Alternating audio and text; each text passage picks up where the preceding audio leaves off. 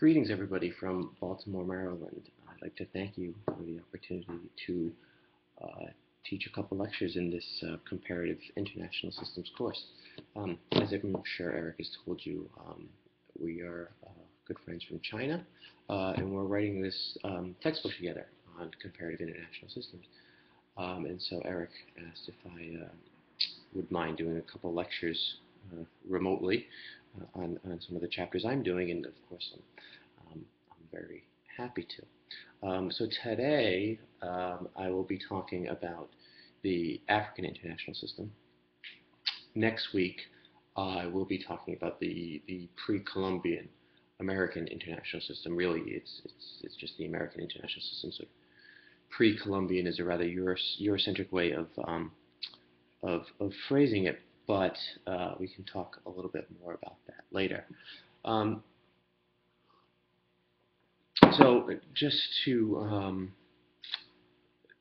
give an outline of what I'm going to be talking about today, I'm going to begin by basically providing an introduction to the term international system or international society. Now, I'm sure that you have talked about the meaning of this term at length throughout this course. But international system is one of those terms that it seems everybody in international relations, everybody who studies international relations kind of has their own take on. So just because we're now kind of swapping lecturers, I'd like to just explain to you exactly how I see the international system briefly. I'd like to then go on to a discussion of the African international system itself. Okay, you know, what it was made up of, how it was connected, how was it unique, these kinds of issues. I think then after that we can go on to the presentation, at which point, of course, I'll leave you. There's no point for me to have a blank video for 10 minutes while there's a presentation, so I think Eric will take over from there. And then I think it would be worthwhile to have a discussion. Again, I won't be there for the discussion, but it's something that Eric can kind of take a hold of. So just a quick note, you know, I would prefer to be giving lectures in person, of course. This is my first video lecture. And I like to try to be as interactive as possible.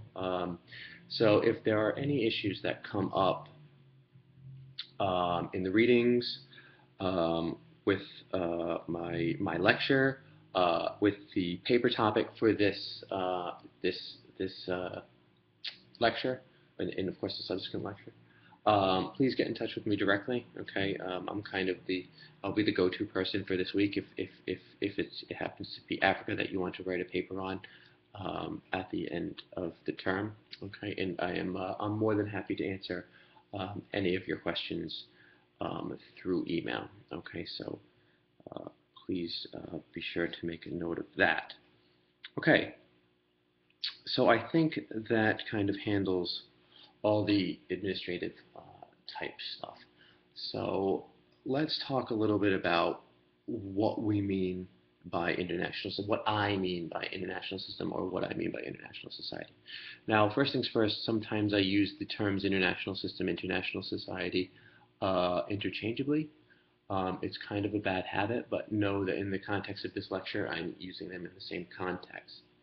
And what we're talking about when we talk about an international system, for me, at the most basic level, you're talking about the connections between states. Okay? That's all it is for me, the connections between states.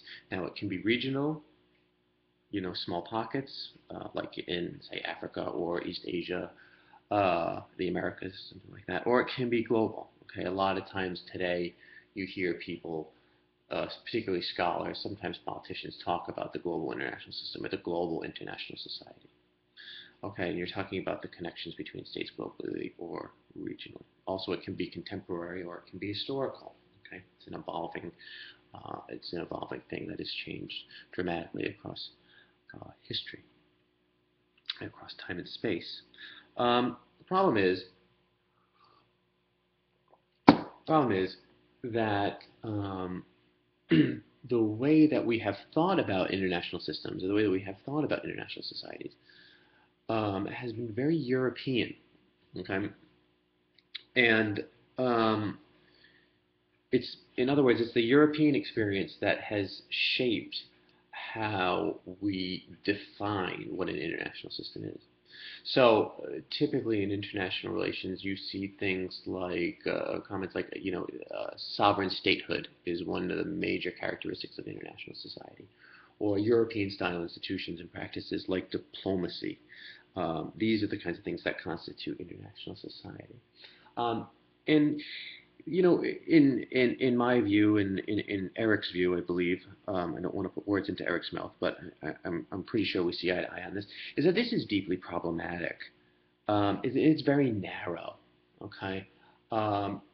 Sovereignty is not a prerequisite for international society or an international system. Diplomacy in a European style is not necessarily a prerequisite for international society or international system.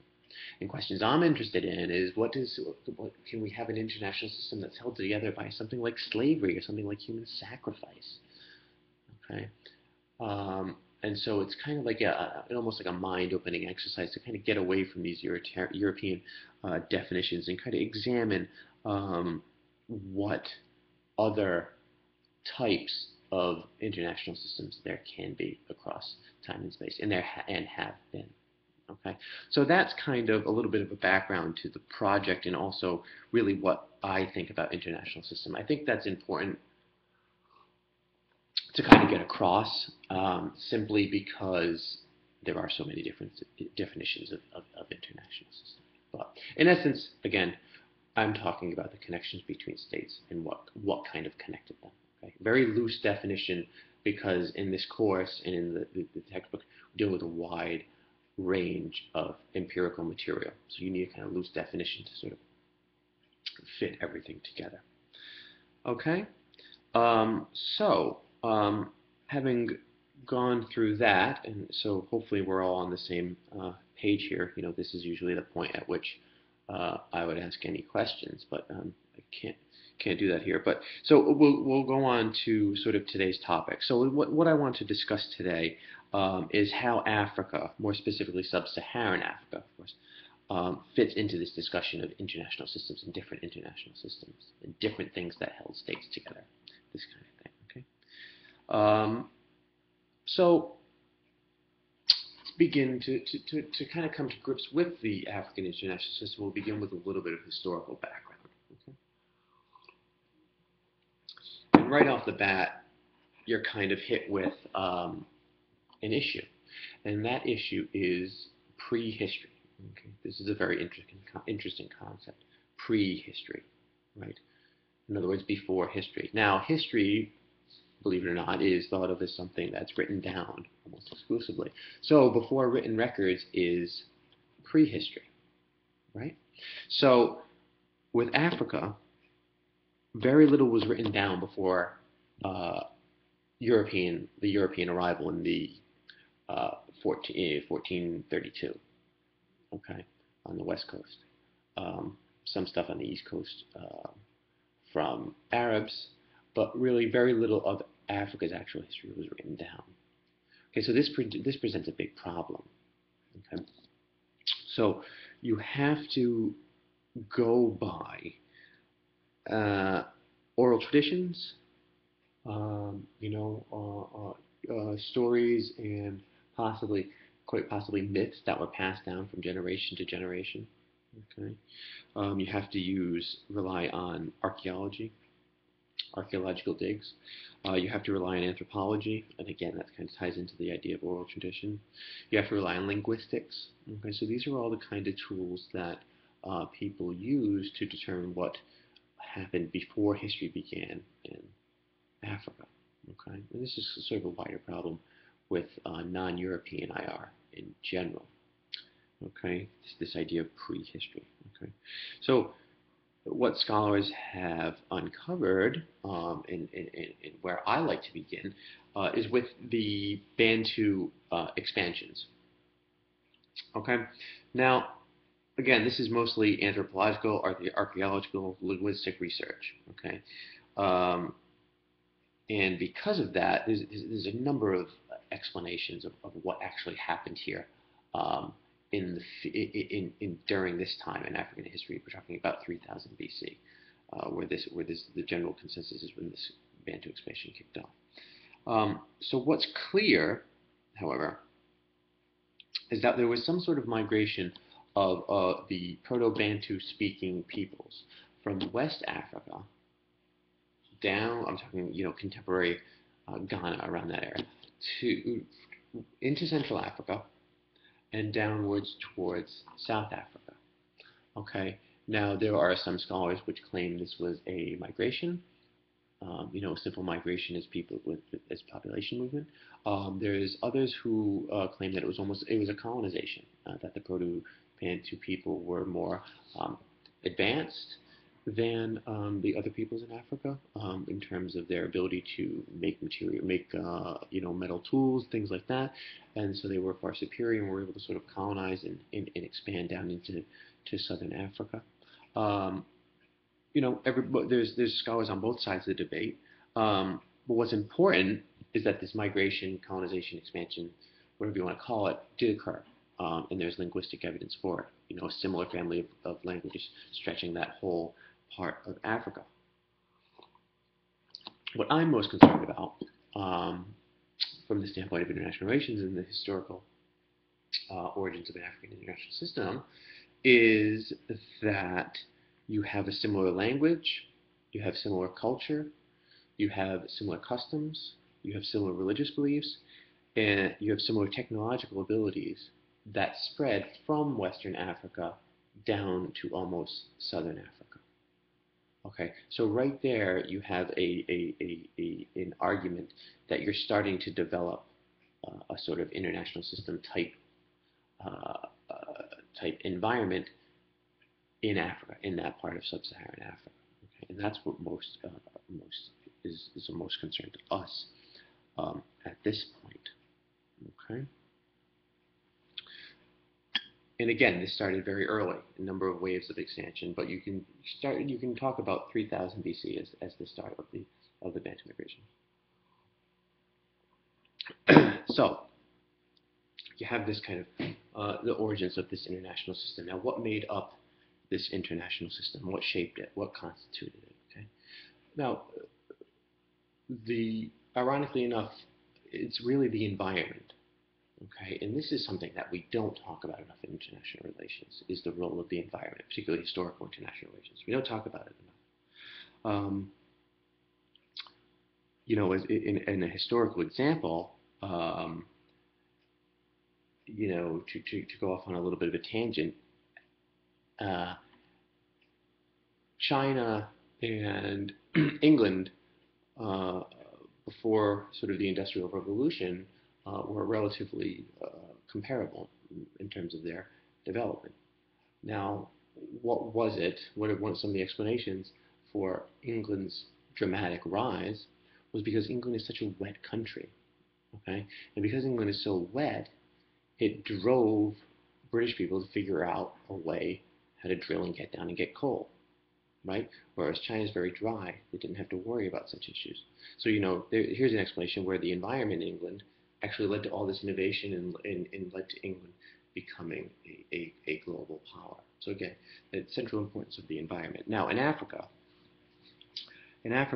you have several different climates. Okay, the main division is between the coast and the hinterland, the inland, right? Okay, so along the coast, you have very inhospitable terrain. Mangrove swamps, you have very, very dense vegetation in some areas that light can't get through because the trees are so thick and so dense. It's hot and humid. Okay, you have the tsetse fly, okay, which spreads disease and makes it very difficult for livestock to be reared. Okay, so this is your coast. As you go more inland, okay, you get more grasslands, the savanna, sort of wide open plains. where it's much easier to settle, larger cities, states, less tsetse flies, right? Okay, so you have this sharp contrast between these two areas. All right,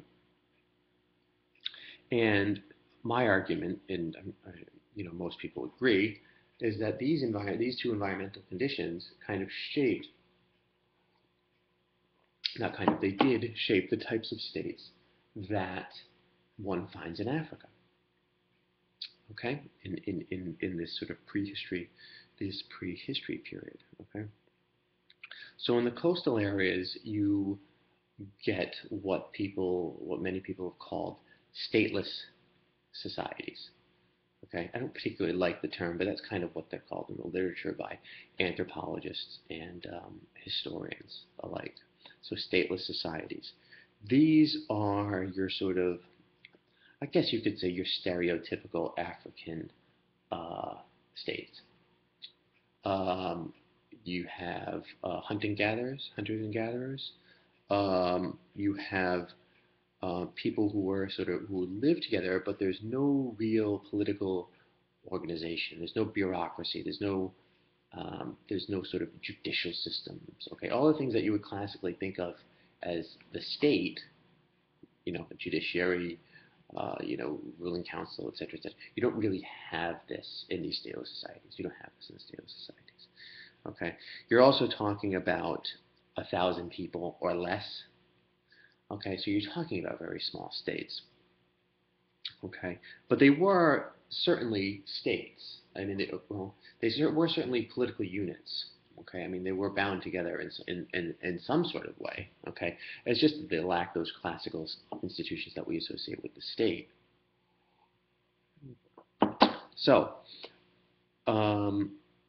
interestingly enough, most of sub-Saharan African people that lived along the Atlantic coast lived in these types of states. Okay, so these states were widespread in Africa. Also interesting that these stateless societies had really no concept of private property. Okay, very, very different from what you find in the West and even in the East. Okay, there's no real concept of private property. So you were a member of a political unit because of who your family was.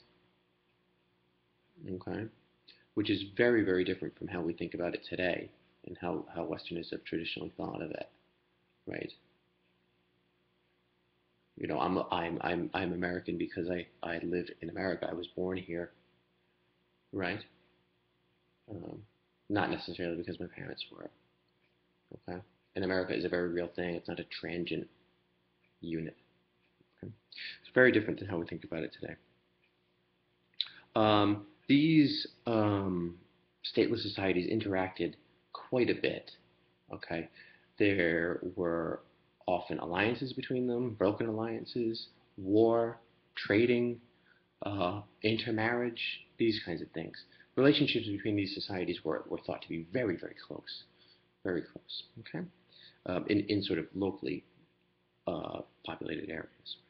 Now, as you move further inland, remember we're getting away from those swamps and the dense vegetation and the tsetse fly. You have city-states, what we call city-states, okay? And with the city-states, you have a much more concrete political structure than you do in the stateless societies, okay? Now you're starting to get into something, into states that a European could kind of recognize, and in fact they do when the Europeans come over, but we can talk about that later. Okay, so these are more centralized. There's some speculation that these states actually grew out of the stateless society. So as the conditions get better, and as they grew, they kind of turned into city-states. Okay. And again, family ties are very, very important in these states, and they can also move, but the populations were much greater, so they tended to stay in a rather concentrated area. Okay, and the structure is kind of a blend of normal hierarchy of a normal hierarchy in family relations. So is what you have is the most important unit in the household. Is the household, sorry, is the household. Okay, and these could become quite extensive actually, because the men often practice polygamy. So you had a large number of wives, large number of children, and so you have these large compounds. Okay, so this is the most basic unit of the society. You then have the multiple family compounds. Okay, when they join together, they're known as a ward. Okay, and then you have multiple wards that come together. Okay, and that itself is the actual city-state. There was typically a chief who ruled over these city-states, the highest political authority, and also usually the highest judicial authority in these states. He could handle foreign relations. He could handle judicial decisions on many things. Day-to-day affairs, day-to-day ruling affairs. Typically, there was also in the larger city-states there was also a ruling council. Okay, and the ruling council would actually have more say in affairs than the chief would. Okay, usually like if there was a death penalty that needed to be handed out, that would be handled by the council. War decisions and these kinds of things would also be handled by the council. Okay, so you have a sort of more rigid political structure. But again, kinship and family relations were very important in this structure. So the chief was often the head of the most important lineage, for example, and the people on the council were also all usually made up of the main lineages in all the wards, kind of thing. Okay, so you have this sort of fusion between politics and kinship. Okay, and finally you have the suzerain states. Okay, and these are basically more powerful versions of city-states, and these are found deeper inland. In the Congo um, is one of the prominent examples of this, where you have a very powerful state that rules over multiple city-states, usually by force, and they establish tributary relationships with them. A very similar structure in terms of the city-states, but kinship had less to do with it. Okay, you usually had a king who ruled over in a royal council, and kings were selected in this type of thing. Something that you could, I don't like comparing things to Europe because that kind of defeats the purpose. But you could compare this to a European monarchy fairly easily. And again, these states, when Europeans came into contact with these types of states, they were very sort of at home with what was going on politically. They could figure it out quite easily. So, those are the sort of three different types of states as dictated by environment that are found in the African international system. So it's important to note that, well, I like to say African maps look like they do for a reason. Okay, if you look at an African political map, if you Google one, if I was in a class, I'd show you one. But quite often the maps are kind of outlined like kind of all over the place. It's like these rough guesses. Well, that's because population movement was so important. Okay, so these states were constantly in flux. Even in the city-states, there were more the city-states that joined, city-states that broke off.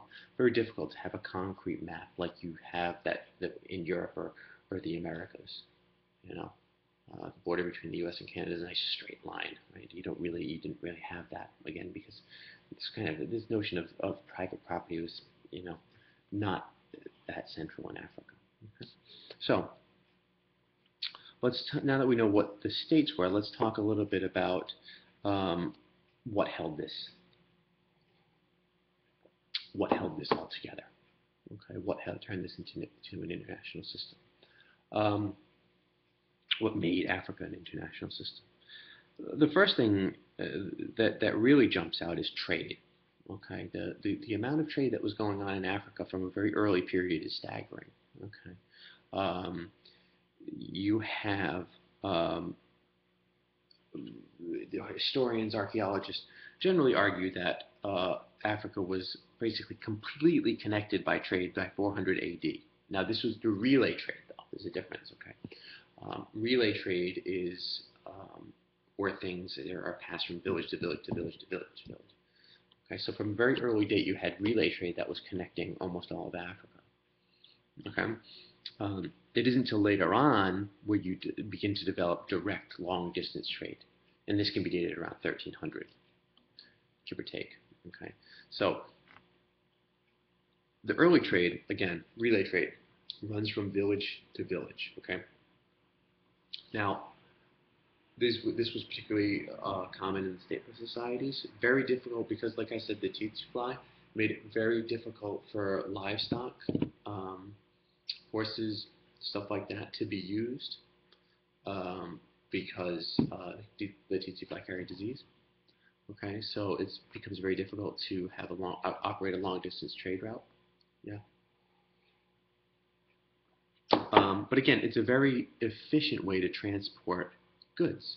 So archaeologists have found seashells in Central Africa that date from this very early period, 400, 500, which suggests, of course, that shells were going from the coast all the way into Central Africa, okay, through relay trade.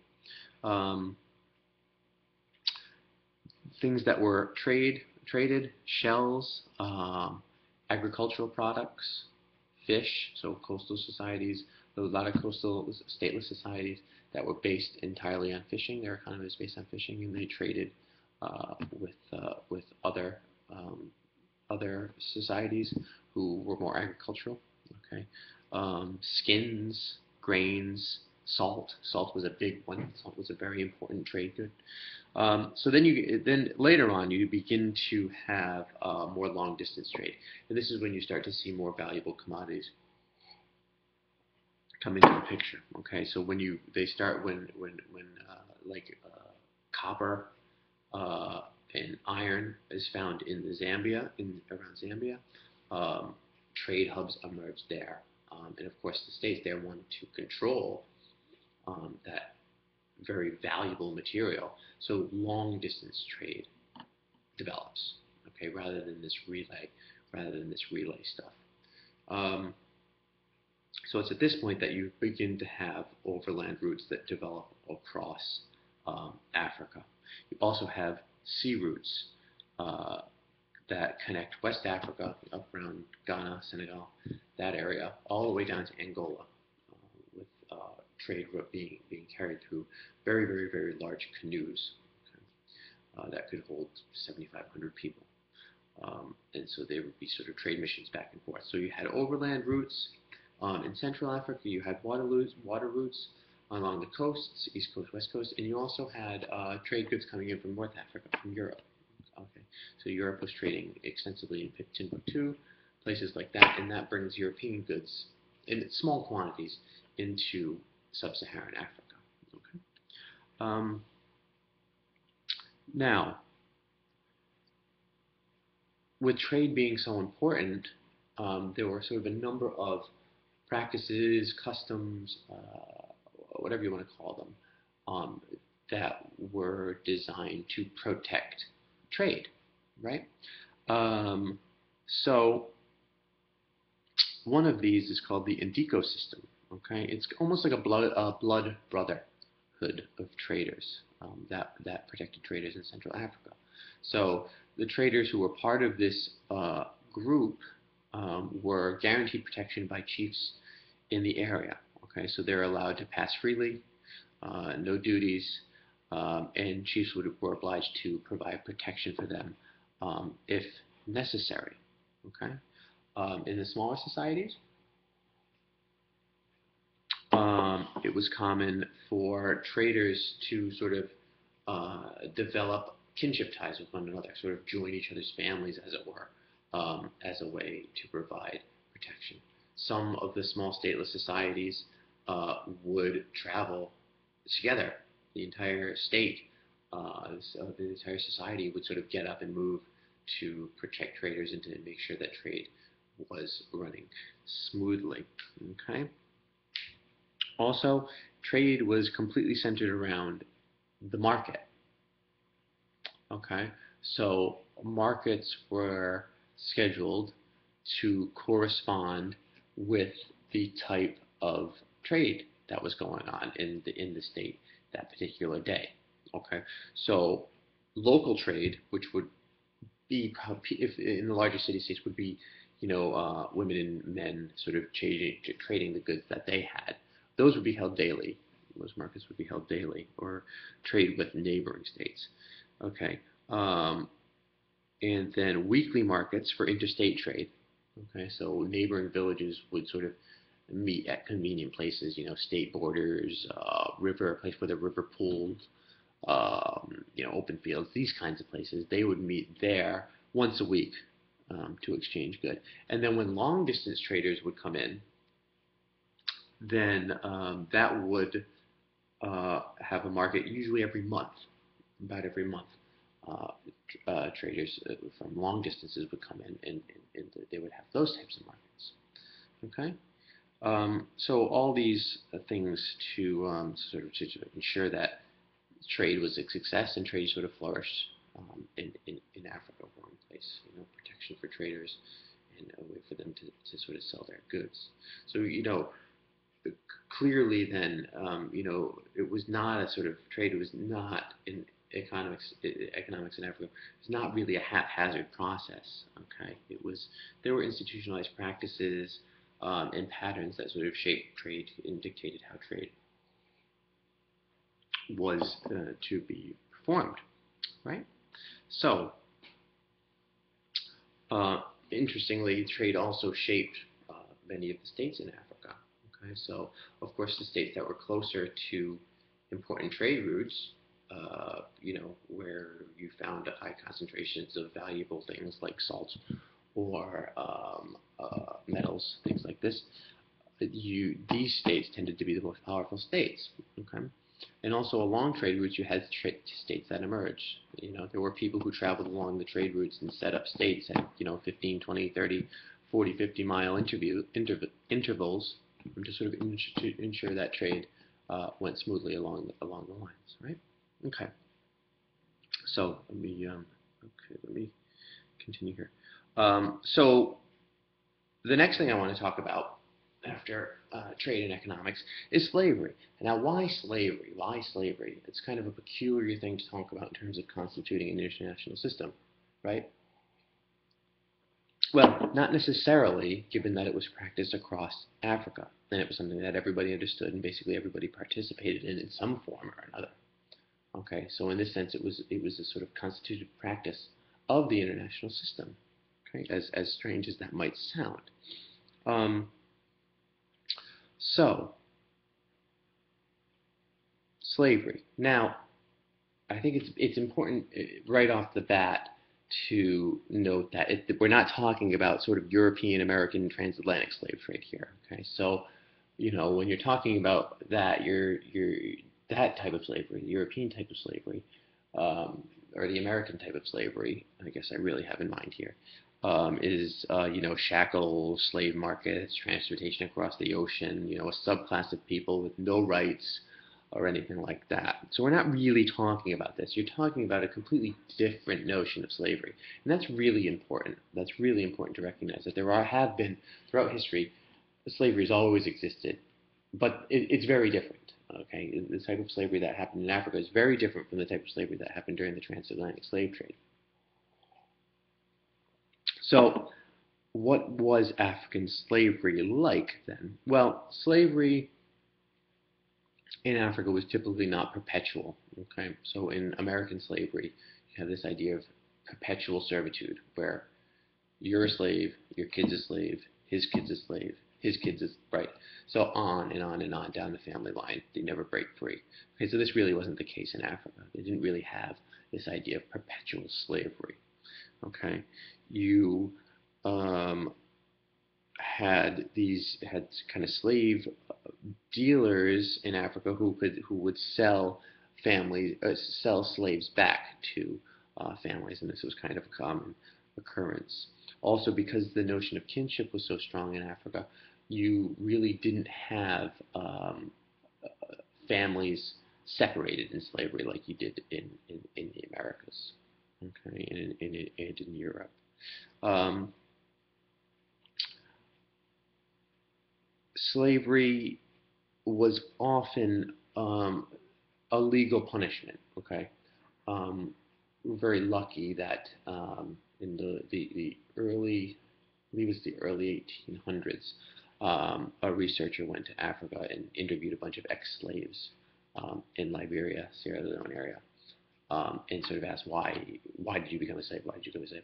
Well, contrary to popular belief, kidnapping was not uh, really mentioned. Okay, most of the reasons for people being enslaved was they failed to pay a debt,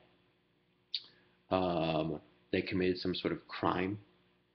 Okay, these kinds of things were what led to people getting enslaved in Africa. That was the sort of the typical reason. Now, in terms of work, it wasn't all plantation work. Okay, in the Jonya system, sort of dictated that slaves would actually own some of what they grew, okay, and that they were allowed to cultivate any open land they wanted. Again, this ties back to the African notion of no real private property. So if there's open land, a slave could cultivate it.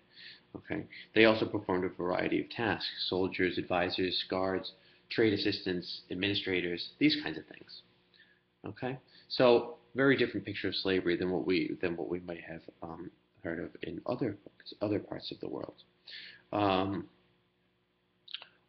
Owning slaves and having slaves under one's control was a hugely prestigious and politically important uh, part of African life. So powerful people didn't own land; they owned slaves. So the more slaves you owned, the more you could produce. Okay, and so owning slaves was almost a way that you could come to challenge another lineage. Okay, so the slaves were an important piece of the political puzzle as well. All right, so that's another key part of the African international system. All right, so we have economics, trade connecting everything together. You have slavery connecting states and people of Africa together, as it was sort of practiced across the continent. All right. Now, the last thing I want to talk about in terms of the African international system, and then I want to talk about the Snellgrave reading for a little bit. Um, yeah, I have enough time. So I just want to talk. I've mentioned kinship a lot, the importance of kinship, the importance of family ties. So I want to talk about this briefly. Now, in Africa, you had a near universal belief in the importance of family, the importance of kin, and a near universal belief in the spirit world. Okay, as a sort of um, the religious makeup of the system. Okay. Now, of course, there were differences in the religious beliefs, but similarities as well. Okay. Now, in religious thought, okay, you have what we call today, or what the Europeans began to call fetishism. Okay, the fetish. All right, which is actually a real is deeply misunderstood. Was deeply misunderstood by Europeans when they first arrived in Africa. But we can talk about that a little bit later. But the idea is, the general belief is, amongst much of West Central Africa, is that the person is a part of a much wider world. Okay, and this world is both natural and supernatural. It has two parts. Okay, it's a hierarchical world. So you have your non-living things, your rocks. You have your living things, your animals and your people, and then you have the spirit world. And the spirit world is infinitely higher in importance than the non-living and the living world. Okay. Typically, there were always a lot of spirits in each African world. Okay, in each African state, there was usually a sort of all-powerful spirit who was responsible for creating man. Typically, this spirit was thought to have created man and then simply left. Okay, and sort of left man to his own devices. Okay, so you usually have an all-powerful spirit.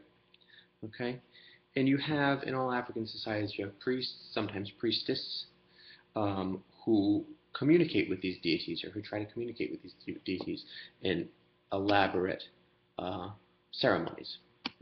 Okay, and this is where that idea of the fetish comes in. Okay, so they would conduct elaborate ceremonies, and what they try to do is channel one of the lesser spirits into a specific object.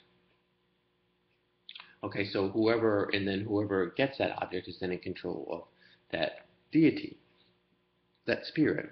Okay, so you have these objects, one that are for good luck, they ward off evil, things like this. So when Europeans arrived, they saw, African people wearing, 30 necklaces. There's great images of people with wearing like 30, 40 necklaces that looks like they're going to fall over. And these were all worn to sort of ward off some sort of evil, good luck, these kinds of things. And Europeans just didn't understand this. They thought they were worshiping these types of objects, which isn't the case actually. So there's sort of a deep European misunderstanding about these things. And so in African religion, you could have any real object could be a fetish. Okay, so there's one story of in one African tribe, a tree was a fetish. Okay, they had a tree was a fetish. It contained a spirit that was good luck to that specific society. And some Dutchmen came. This was early in, I think it was 1600s. The Dutchman came and he cut down the tree, and he was killed. They took it as a serious offense to their culture, and they killed the poor Dutchman for cutting down the tree. So you also have ancestral spirits. Okay, these are spirits of the ancestors. They explain a lot about family life. They are used to explain resemblances in kids and grandkids. They are, if somebody was sick, it was thought to be one of the family spirits who wanted to talk to them. They were going to have them die because they wanted to talk to them. Okay? So they use these spirits were used to explain almost all aspects of African life. All right, and so that was the importance of spirits in religion. Okay, and then you can go on to I want to just go on to talk quickly about kinship. Okay, so kinship again was the foundation of all those stateless societies. Okay, these stateless societies were often one kinship group. Okay, and typically there was some relation between neighboring states. Okay, so they could be the founder of one state, could be the cousin, brother, sister, father of a neighboring state. Okay, so then you have these connections that develop between the stateless societies. Okay, because they're kind of one family, as it were. And again,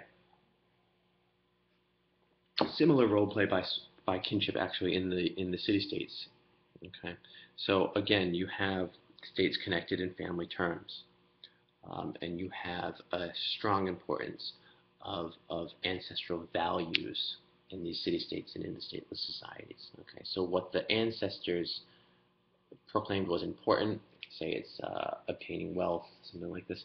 This becomes the values of the society, and the values of the ancestor are more important than the present day chief, whatever the present day chief says. So if you're the chief of an African state, you better follow the values that were passed down by the ancestor, otherwise you could be thrown out. Okay, so it wasn't sort of an absolute rule by the chief, but much contrary to that. In fact, it was really ancestral spirits and the values of those spirits that ruled over many of these African city-states and many of the African stateless societies. Okay, so that's sort of how religion and kinship kind of fuse these states together. It's a very familiar notion of international relations. So that's really all I wanted to say about the African international system itself. highlighting what states made it up, what states constituted the system, the importance of economics, the importance of slavery, the importance of kinship and religion. Okay, I want to spend. I'm at the limit, but I do want to spend just a little bit of time here talking about William Snelgrave in the primary source I had you read online. Um, well, because Snelgrave is one of my favorite historical characters. Very interesting guy, captured by pirates, these kinds of things. Meets African kings, fascinating life uh, in the 1700s. But again, I mean, more seriously, because his account captures much of what we've been talking about today. So I'll run through this very quick. So Snelgrave he was an English slave trader. He doesn't apologize for being a slave trader. He was writing before that time. This is 1720 something when he published this. Okay, so he's not apologizing for the slave trade. He's very matter of fact about it. But he's widely referenced and he's widely cited because of the time during which he was in Africa. Okay, he was present in Africa at a time during which a very powerful state from the hinterland, okay, one of the hinterland city-states, or actually really one of the suzerain states, was on the warpath, as it were, and conquering states along the coast. This is the moment. Okay. So his story, Snelgrave's story, kind of centers on a small city-state of Whydah, okay, which was, interestingly enough, uh, for many years the focal point of the transatlantic slave trade because it was easy for ships to get in and out of, and they had low taxes. They made taxes low for Europeans. It was a very easy place to conduct the slave trade. So Dahomey kind of wants a piece of the action, and they're coming down to sort of try to put their force through force take these sort of trade routes. Okay, so what do we learn from Snelgrave? Okay, what do we learn from Snelgrave? So we learn about tributary states. He mentions tributary states specifically. The kingdom of Ardra, okay? They pay tribute to Dahomey inland after they're conquered. And what do they pay? Salt. Very valuable commodity. Okay, so they pay their tribute in salt. And Snelgrave kind of says, Dahomey kind of just then leaves them. It's a peaceful relationship, as long as they give them their salt, right? He shows, and in this way, he shows how important trade and exchange and tributary relationships were in Africa at this time. Okay, we learn also that it's a reflection of the environmental conditions. Okay, and Whydah along the coast was a very small polity. Ardra, very small polity. Okay, Dahomey inland, massive in relation to Whydah and Ardra. Okay. So there's that environmental factor in play. Okay. It also shows the sort of changing nature of international relations. Okay, because amongst these three states, Dahomey, Ardra, and Whydah, there was a sort of constant shift in the balance of power. Okay, Whydah was for a long time a tributary of Ardra. But was able to break free with the support of Europeans who wanted to lower taxes to facilitate the slave trade. So with that wealth, they were able to break free. And the same goes for other neighbors in the country that were once under the control of Ardra. So you have this sort of constant changing of the political map of Africa, who was independent, who was not independent. Okay, so Snelgrave really kind of allows us to sort of tap into that. Snelgrave is also very useful because he shows how willing many African rulers were to bend to the will of Europeans. Okay? The Africans were quite a willing partner in the slave trade. It was something that, as we had talked about, was practiced in Africa extensively. And so it was very easy for the Europeans to begin a slave trade with Africa because it was something that was ongoing, okay, already. It was already established. Very different, but it was something that was already established. Okay, and so Snelgrave is at that very interesting point in history where you not only do you learn about African international relations from him, the importance of tributaries, the stronger inland states, the weaker coastal states, all these types of things. But you also get to learn about how Africa was being changed actively by European slave traders like Snelgrave, who of course goes to the King of Dahomey and asks for better conditions for European traders. Right? So that's really, I think, all I have to discuss. I think is what we can do now is pass it over to Eric, and you can do the presentation, and then I think it would be fruitful for you to have a discussion of kind of what I've said. I have some questions that were listed on the lecture notes that provide a kind of focal point, okay, that you can discuss, but feel free to go off on any tangents that you want, of course. So that sort of brings the discussion of Africa from my point of view to an end. Again, if you have any questions, please email me, okay?